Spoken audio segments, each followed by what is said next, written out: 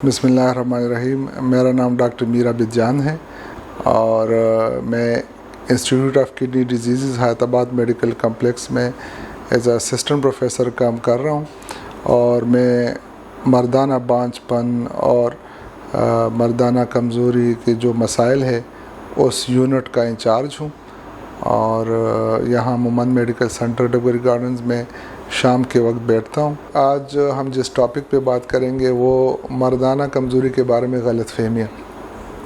तो हमारी सोसाइटी में चूँकि सेक्सुअल एजुकेशन है ही नहीं, ना आपको स्कूल में कोई एजुकेट करता है, ना आपके बड़े आपसे बात इस तरह कर सकते हैं, ना आपके दोस्त इस तरह, तो बाज़ लोगों ने हमारे माशरे में गलतफहमियाँ बनाई हुई है।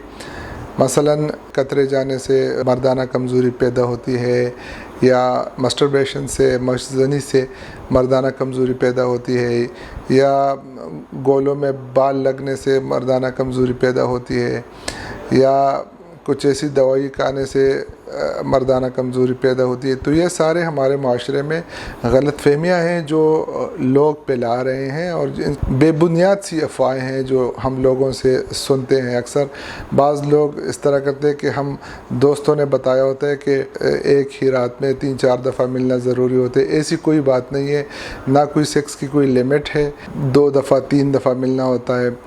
जो सेक्सुअल फ्रिक्वेंसी है जो बुक्स में लिखा होता है वो तकरीबन हफ्ते में 2 से 3 दफ़ा, अगर एक दफ़ा भी मिल जाए तो कोई ऐसी वो नहीं है, ये कमज़ोरी में नहीं आता। अच्छा, मर्दाना कमज़ोरी की मुख्तलिफ़ बीमारियाँ होती हैं। उसमें कौन कौन सी बीमारियाँ? शौक का ना आना एक अलग बीमारी है, सख्ती ना आना ये अलग बीमारी है, टाइमिंग का मसला ये एक अलग बीमारी है जो जिसे सूरत अंजाल कहते हैं, और पेशाब के कतरों का आना ये मर्दाना कमज़ोरी नहीं होती, या ये शौक के कतरे जाना ये भी मर्दाना कमज़ोरी नहीं है, या मनी के कतरे जाना ये भी मर्दाना कमज़ोरी नहीं है। ये चीज़ें नॉर्मल चीज़ें हैं और हमारे माशरे के लोगों ने इनको बीमारियां बनाई होती हैं।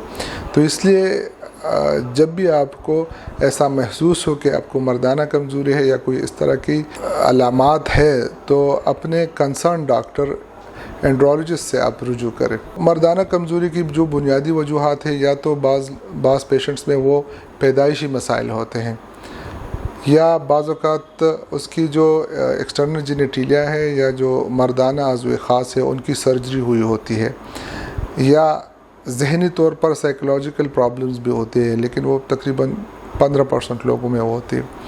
और बाज़ औक़ात हार्मोन्स की इम्बैलेंस की वजह से वो मसाइल पैदा होते हैं। बाज़ औक़ात बीमारियों की वजह से कोई ऐसी बीमारी होती है जिस तरह शुगर हो गया, ब्लड प्रेशर हो गया और रगों की तंगी, उसकी वजह से मसाइल पैदा होते हैं। तो उसके लिए फिर हम टेस्ट करते हैं, जो आम बीमारियां होती हैं उनके लिए जो ब्लड टेस्ट होते हैं। इसके अलावा हम हार्मोन्स की टेस्ट करते हैं, पिनाइल कलर डॉपलर एक अल्ट्रासाउंड होता है वो टेस्ट कराते हैं ताकि पता चल जाए कि किस वजह से ये मर्दाना कमज़ोरी बज़ाते ख़ुद एक सिम्टम है, ये ख़ुद बीमारी नहीं है, ये बीमारी की वजह है। तो हम वो वजह ढूंढते हैं पहले कि ये मर्दाना कमज़ोरी क्यों है, किस वजह से है, और फिर जब वजह मालूम हो जाए उसके बाद हम इलाज करते हैं। दवाई के ज़रिए भी हम इलाज कर सकते हैं। इसके अलावा हम वैक्यूम पंप्स होते हैं इसकी जो शॉक वेव थेरेपी होती है, शुआएं देते हैं, या इसके अलावा इसमें इंजेक्शंस लगाते हैं, या PRP करते हैं, जो आजकल जो स्टेम सेल थेरेपी होती है उससे इलाज करते हैं।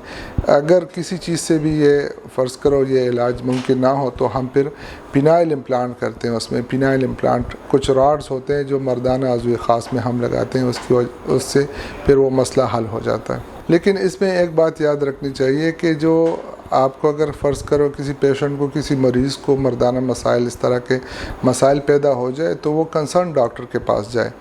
ठीक है, बाज़ जो होते हैं उनको पेशेंट्स को पता होता है कि आया मेरे ये जो बीमारी है वो साइकोलॉजिकल है, क्योंकि बाज़ दवाइयाँ भी जो आसाब के लिए हम दवाइयाँ इस्तेमाल करते हैं उसकी वजह से भी वो शौक اور وہ مردانہ کمزوری، ٹائمنگ کا مسئلہ، یہ سارے پیدا ہو جاتے ہیں. تو اگر فرض کرو کسی کو سائیکولوجیکل پرابلم ہو تو اپنے سائیکیٹرسٹ کے پاس جائے اور اسے بتائیں کہ مجھے یہ مسئلہ ہے. یا فرض کرو وہ کوئی ڈپریشن یا اس کے لیے ذہنی امراض کی دوائیاں استعمال کر رہے ہیں اور ان کو یہ مسئلہ ہے، تو ان کو چاہیے کہ وہ ڈاکٹر صاحب کے پاس چلے جائے، اسے کہے کہ مجھے اس دوائی کی وجہ سے یہ مسئلہ پیدا ہو گیا ہے.